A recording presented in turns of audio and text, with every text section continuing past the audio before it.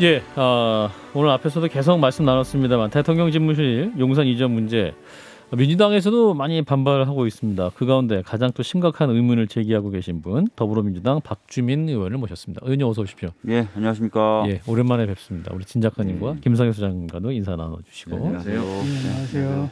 자, 이 용산 이전 문제 일단은 새 정부가 출범했으니까 좀 이렇게 허니문 기간도 있는데 웬만하면 협조하자 이런 말도 있지 않습니까? 의원님 어떤 이유가 가장 크세요? 반대하는 이유?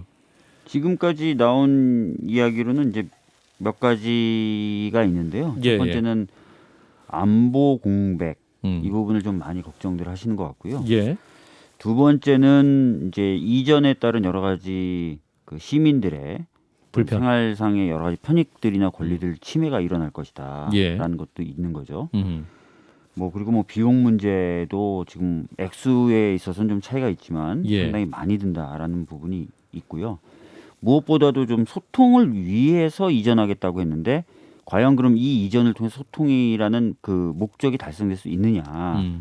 또 그 부분에 대해서도 좀 상당히 회의적이다. 그러니까 종합해서 말씀드리면 명분으로 내세우고 있는 것은 국민과의 소통인데 예. 잘 살펴보면 소통은 어려울 것 같으면서 오히려 비용은 많이 들고 안보라든지 행정상의 공백을 초래하고 시민들에게 많은 불편을 줄 것 같은 그러니까 좀 신중하게 검토해 줬으면 좋겠다. 이런 취지로 반대를 하는 이게 거예요. 민주당이 반대라고 하면 무슨 뭐에 대한 반대인 건가? 이전에 대한 반대인 건가? 아니면 시기 뭐 되게 종류가 많아서 그러니까 어떻게 의견이 모이고 계신지가 궁금합니다. 글쎄 뭐이 부분은 뭐 딱 정리해서 완전 반대냐 뭐 이렇게 예. 정리된 건 아닌 것 같고요. 아, 그래요.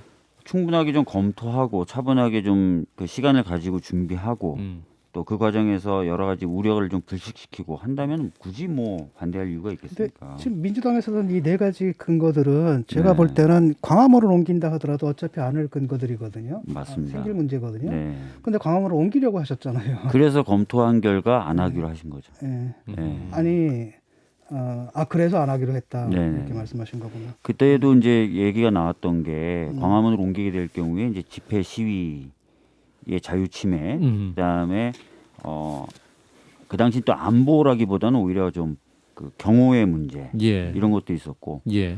또 실제로 보면은 주변에 이제 고층 건물들과 관련된 여러 가지 시민적 편익 침해 이런 것들이 고려돼서 1년 정도 검토하다가 굉장히 대통령님의 의지가 강하셨었거든요. 문재인 예. 대통령이. 근데 결국은 안 하는 것으로 결정. 근데 이제 요 점에서 놓고 봤을 땐 저는 또 한편으로는 또 윤석열 당선자의 마음이 이해가 되기도 하는 게 그러니까 경호처가 이 건에 개입해 들어오면 이전은 못 하는 것 같아요. 그러니까 그 대통령 경호처가 사실 직원 수를 따지고 놓고 보면 청와대 직원보다 더 많은 숫자인 걸로 제가 알고 있는데 그 사람들이 개입해 들어와서 뭐 건물 높이부터 시작해서 고도 제한 이런 걸 따지고 들어가면 이길 수가 없으니까 못 나가는 상황이었던 것이고 윤석열 당선자는 거기에 대해서 그러니까 쟤네들 말 안 듣고 그냥 일단 옮기고 나머지는 나중에 하자 이렇게 생각하는 게 아닌가 싶은 생각이 들 정도거든요.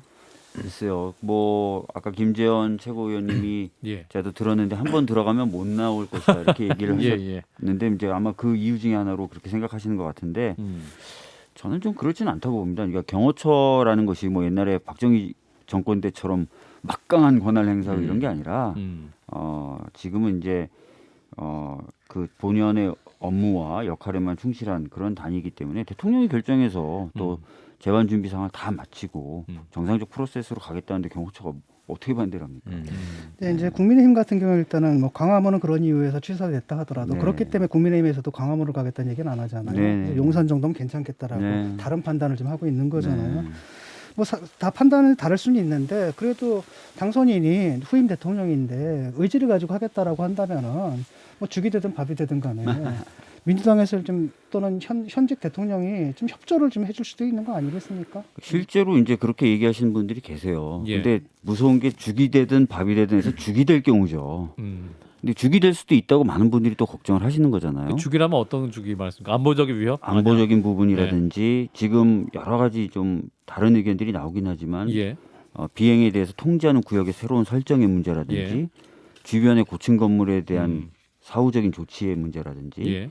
또는 용산에 대해서 그동안 서울시를 포함해서 많은 사람들이 했던 개발 계획의 무산이라든지 이런 네. 것들을 따지긴 따져야 되는 거잖아요. 그렇죠. 진짜 네. 밥이 되면 괜찮은데 죽이 되면 안 되니까. 그리고 뭐 오늘 좀 얘기를 들어보니까 이런 것도 있더라고요. 그 숙소 관저라고 하나요? 그게 이제 한남동 쪽에 있으면은 매일 출퇴근을 해야 되는데 대통령이 예. 그러면 출퇴근할 때마다 교통통제와 전파 차단을 해야 된다는 거예요. 3분 거리라고는 하던데 그 통제했을 때. 예, 예. 지금 통제했을 때 5분. 통제했을 때 5분. 청와대 입장은 그렇다면은 이 이전 자체에 대한 반대인 거죠 지금. 청와대요? 예. 청와대의 명확한 입장 오늘 박수현 그 수석이 얘기했던 것처럼 여러 가지 우려들 좀 불식시킬 수만 있으면 반대할 이유가 뭐가 있느냐. 반대하고 나선 게 아니라 일단은 우려를 설명할 찬성을 뿐이다. 하고 그러니까 민주당에서 우려하고 있는 이런 부분들에 대한 대책들을 요구하고 거기 대책을 세울 것을 요구하고 그런 조건으로 찬성해 줄 수도 있는 문제잖아요. 뭐 그래서 절대 안 된다라고 얘기하고 있지는 않은 것 같아요. 청와대 입장에서는. 그래서 네. 뭐 굳이 하겠다라고 한다면 예비비 정도는 그들이 뭐 470억인가 얘기하지 않습니까? 그건 더 들 거라고 얘기를 하지만은 그들이 요구하는 그 정도는 들어줄 수도 있는 거 아닌가요? 뭐 더 들면은 그다음에 그들의 문제인 거고. 아까도 말씀드렸지만 뭐 470억이라는 금액도 제가 보기엔 굉장히 큰 금액이고 또 문제는 또 그것만이 아니라 더 들 것 같은데 예. 이전했을 때 지금 윤석열 당선인이 생각하는 것만큼 그렇게 원활하게 예. 또 시민에게 피해가 없으면서 또 시민하고는 오히려 소통이 잘 되는 그런 결과가 즉 아까 교수님께서 말씀하신 밥이라는 결과가 나올지에 대한 우려가 있긴 그러니까 있는 죽이 거예요. 되든 밥이 되든인데 그 책임은 일단은 결국 윤석열 당선자가 지시게 그러니까 되는 쉽게 말하면 거니까. 여야가 같이 이 죽이 안 되게끔 밥이 되게끔 같이 노력을 하는 방향으로 갔으면 좋겠고 그런 게 그다음에 또 좋죠. 다른 한편으로는 이제 시민의 입장에서 사실은 청와대 이전이라는 것은 모든 역대 정권의 모든 후보들이 다 공약을 했던 거거든요. 네. 그럼 거기에 대한 피해가 그러니까 뭐 거기에 대한 뭐랄까 혜택이 있다는 얘기고 특히 네. 제가 시민의 입장에서는 거기 참 경관이 참 좋잖아요. 그거 이전하게 되면 경복궁하고도 바로 이어지면서 북악산을 그냥 볼 수 네. 있는 그런 명소가 생기는 부분이고 그런 편익들이 굉장히 큰 부분들이 있거든요. 이런 것들을 고려한다면은 민주당에서도 그냥 계속 발목을 잡는 게 아니라 네. 협조해줄 건 협조하고 그다음에 우리가 견제할 건 견제하겠다. 이런 우려들이 있으니까 이런 우려들을 불식할 수 있는 조치들을 적극적으로 취해달라고 그러자고요. 요구하는 식으로. 그러자고요. 예. 그래서 저희가 발목을 잡는다 이렇게 말씀하시는데 예. 저희들은 우려에 대해서 지금 주장하고 있는 거고 우려가 있기 때문에 너무 서두르지 말고 시민들과 소통도 하고 의견 수렴도 하고 방금 말씀하신 그 우려를 해결할 수 있는 방안도 찾아보고 하자고 얘기하는 거죠. 예. 절대 안 돼. 이렇게 얘기하는 건 아니거든요. 근데 지금 윤석열 당선자가 이제 그 5월 10일에는 현 청와대를 완전 국민한테 개방할 거고 하루도 거기 있지 않겠다. 그래서 본인은 통이동 사무실에서 집무를 하겠다 이렇게 말을 하고 있지 않습니까? 그럼 이게 국민들 보기 입장에서는 이게 평화적인 정권 이야기 됐는데 민주적 절차에 의해서 근데 이게 좀 정상적인 상황인가? 국민들로서 좀 납득하기 어렵지 않을까요? 민주당도 부담될 수 있을 것 같은데 의원님 어떤 의견이세요? 사실 지금 뭐 청와대에 들어가지 않겠다. 예. 여기서 직무를 아까 말씀하신 예. 당선인 그 인수위 사무실. 인수위 예. 사무실에서 직무를 시작하겠다라는 것도 참 좀 답답해요. 아니 진중권 교수님 표현대로라도 예. 뭔가 좀 협의하고 얘기하고 하면서 그런 과정을 거쳐도 되는 거잖아요. 예, 예. 근데 일단은 나는 고야. 안 되면 안 들어가. 난 안 들어가. 음. 이게 진짜 소통을 원하시는 또 소통을 위해서 이전하시겠다는 분의 모습인지에 대해서는 의문이 들고요. 그래서 좀 그런 거죠. 예. 일단 국민들이 이제 선택을 하지 않았습니까? 그분을 대통령으로 선택을 했으면은 그분의 또 의사가 뭐 다소 제가 봐도 굉장히 불합리한 부분이 있거든요. 근데 그럼에도 불구하고 굳이 주장을 한다면은 굳이 고집을 한다면은 그냥 그 협조를 하는 것도 나쁘지 않다고 생각을 해요. 그 대신에 이제 그쪽에서 무리하게 추진하는 또 다른 사안들이 있잖아요. 거기에 대한 협조를 또 대신 얻어낸다든지 이런 식으로 주고받는 이런 것들이 정치가 아닌가 싶거든요. 근데 지금 보면은 뭐 거의 자존심 싸움이 돼버린 것 같아요. 애들 싸움 같아요. 저희는 모르겠습니다. 그 예. 무슨 자존심 싸움이나 이렇게 생각하지는 않고요. 예. 지금 요 이전에 관련돼서 제기되고 있는 우려점들이 있어요. 그럼 그 우려점이 그냥 뭐 당선인이 당선됐고 하니까 특히 허니문 기간이고 하니까 예. 그냥 다 뜻대로 하세요. 우려점이 현실화되더라도 뭐 저희는 뭐 어쩔 수 없으니까 그냥 하세요라고 할 만한 것인지 안 할 만한 것인지에 대한 예. 판단도 필요한 거지 않습니까? 모르겠습니다. 이게 정확한 건지 안 정확한 건지 모르겠지만 지금 그 국방부 청산에 있는 일부 부대가 이전에 갈 경우에는 네. 그 부대가 EMP 공격으로부터 방어가 될 수 있어야 된다. 네. 그러려면 공사 시간도 더 걸릴 뿐만 아니라 음. 비용도 막대하게 된다 이런 얘기도 있는 거고요. 이 김종대 전 의원이 지적한 문제. 그렇죠. 그다음에 예. 서버 같은 것들도 굉장히 많은데 예. 거기 작전 지휘를 위해서 그 서버로 옮겨서 정상화되는데 6개월 이상 걸린다라는 전문가들의 얘기도 있어요. 예. 그러면 이게 그냥 단순히 허니문 기간이니까 다 오케이 자 마음대로 하세요라고 얘기할 만한 부분인지에 대한 적어도 조금 확인과 판단 알겠습니다. 이런 것들은 필요하지 않습니까? 저희가 오히려 무책임하게 음. 아니 뭐 허니문 기간이고 당선되셨으니까 뭐 마음 죽이 되든 밥이 되든 뭐 아니면 뭐 버릴 정도의 음식이 되든 마음대로 하세요라고 그거 다 국민들이 낸 세금인데 그게 허니문의 진정한 의미는 또 아닐 수도 있다는 생각이 듭니다. 그러니까 알겠습니다. 지금 이제 이 방송에서만 세 차례 용산 얘기를 오늘만 하다 보니까 이제 용산 민주당 얘기만 얘기가 하고 궁금해집니다. 비대위 얘기하겠습니다. 비대위 지금 구성해서 이런저런 논란이 있었지만 결국은 윤호중 체계로 지방선거를 하기로 했다 이렇게 결론이 내려졌다라고 봐도 되는 겁니까? 예, 그렇게 결론이 내려진 것이죠. 예. 그러면서 이제 예. 그 윤호중 비대위원장 그분도 문제지만 이분이 제가 기억하기로는 그 위성정당 만들 때 굉장히 앞장서서 만들었던 분이고 사실 청산 대상이거든요. 근데 이런 분이 비대위원장이 됐고 내는 게 검찰 개혁과 언론 개혁도 드라이브를 걸었거든요.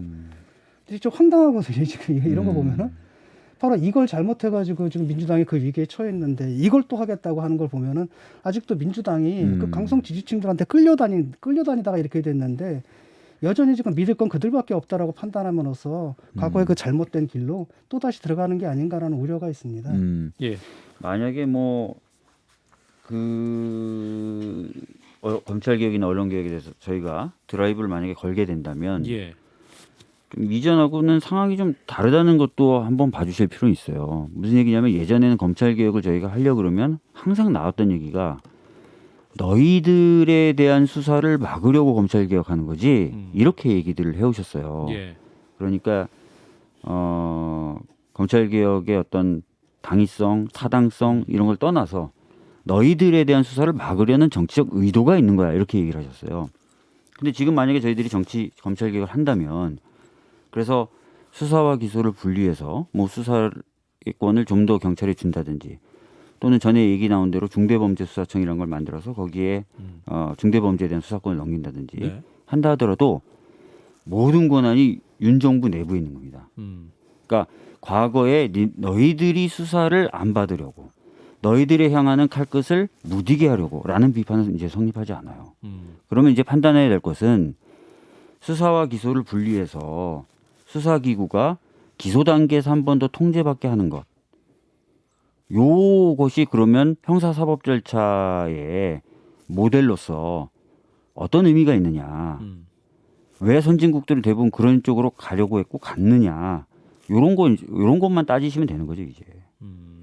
이른바 이제 검수완박이라는 걸 계속 하시겠다는 거죠. 아니, 그러니까 만약에 하게 된다면 방향이나 뭐 할지 말지 이런 것도 명확하게 지금 현재 정해진 건 아닌데. 네, 사실 그 현 정권에서 했던 검찰 개혁이라는 게 철저하게 실패했다라고 저는 보거든요. 그리고 네. 많은 국민들이 그렇게 보고 있고 여론조사에서 그렇게 나오고 있고 지금 공수처가 어떤 모양인지도 아마 다 보셨고요. 근데 실제로 이루어진 검찰 개혁이다라는 게 결국은 정권 말 잘 듣는 사람들 총장 안 치고 주변 지휘 안 쳐가지고 그 윤석열 총장은 그때 한 2년간을 털고 자기들 수사는 다 무마시켜버리고 지금 이런 거란 말이죠. 그리고 또 한편으로는 뭐냐면 수사권을 갖다 경찰에 넘겨가지고 지금 경찰이 지금 수사가 지금 지연되고 있지 않습니까? 민생에.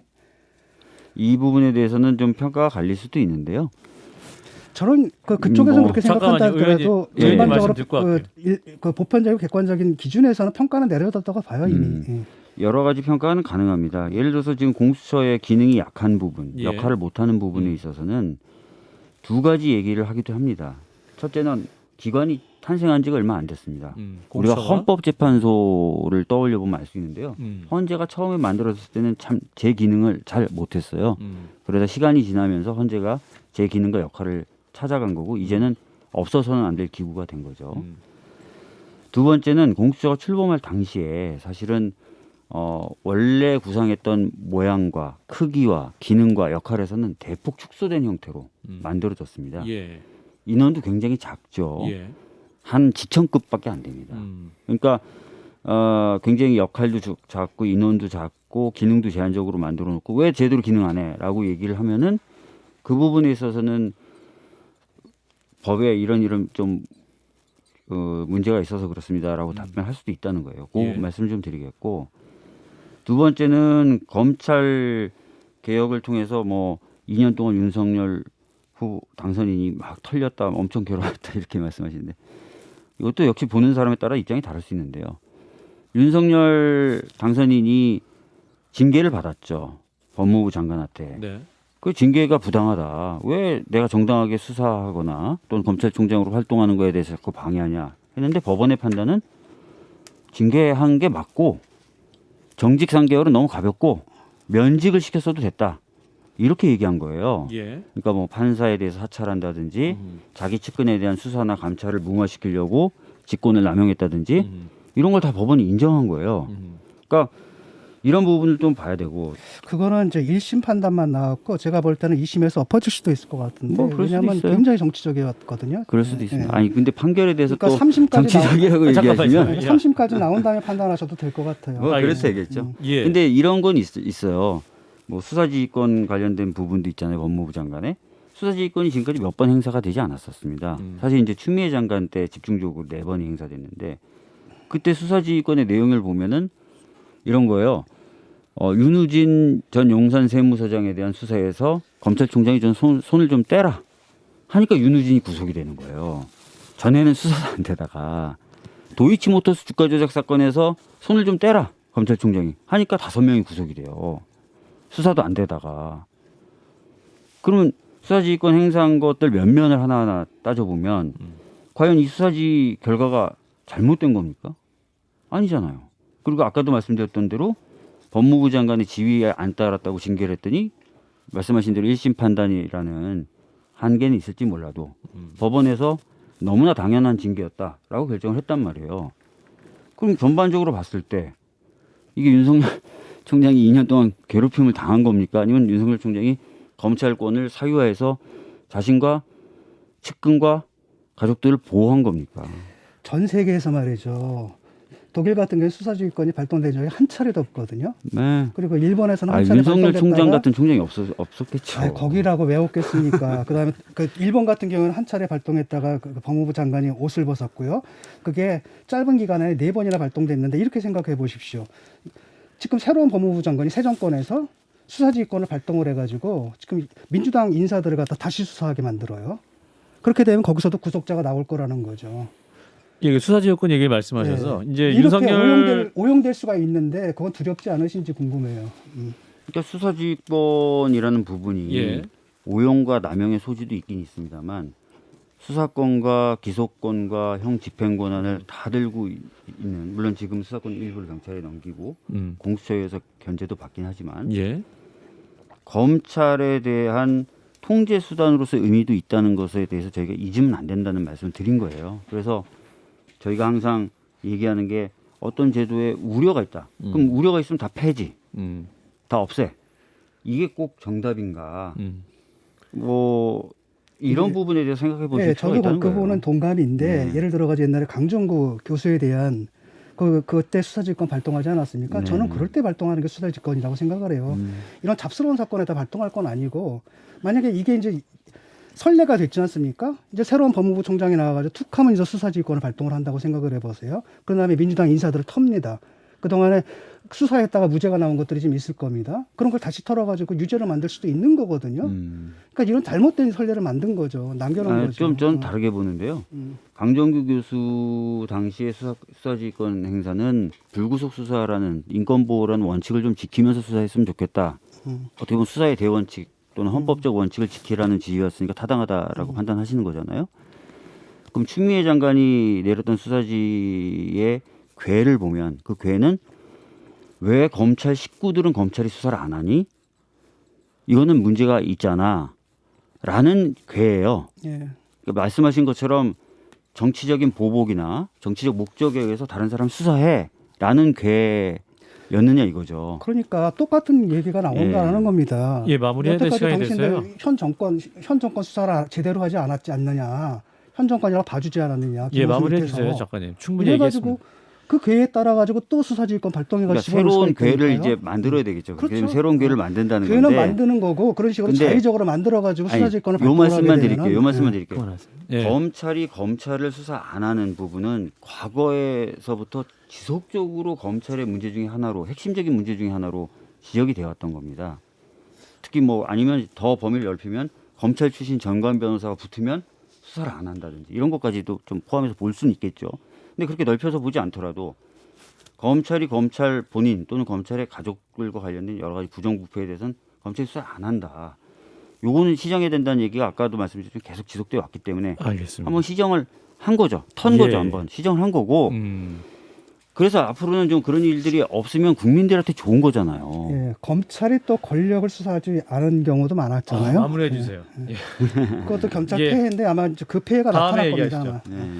자, 박주민 의원님 모시고 요 질문 하려고 모셨는데 서울시장 출마설이 나오는데 요 얘기 입장 듣고 마무리하겠습니다. 이 부분에 대해서는 뭐 제가 다른 인터뷰에서도 밝혔지만 고민 중이고요. 예. 사실 뭐 여러 가지 이야기들 들으면서 고민하고 있는 상황인데 예. 뭐 쉽게 결정 내릴 사안은 아니라고 생각합니다. 네. 이 정도면 됐나요? 아, 고민을 좀 더 해보시겠다. 아니 당내에서 나가고 싶어하는 분들이 좀 계십니까? 솔직히 말씀드리면 서울이 그 상당히 저희 민주당에는 어려운 지역이 됐어요. 네네네. 그러다 보니까 이제 원래 출마를 이야기하셨다거나 고민하셨던 분들이 거의 지금 안 하려고 하는 상황. 예, 알겠습니다. 좀 더 고민하시겠다라는 걸로 네. 듣겠습니다. 더불어민주당 박주민 의원이었습니다. 고맙습니다. 네, 감사합니다.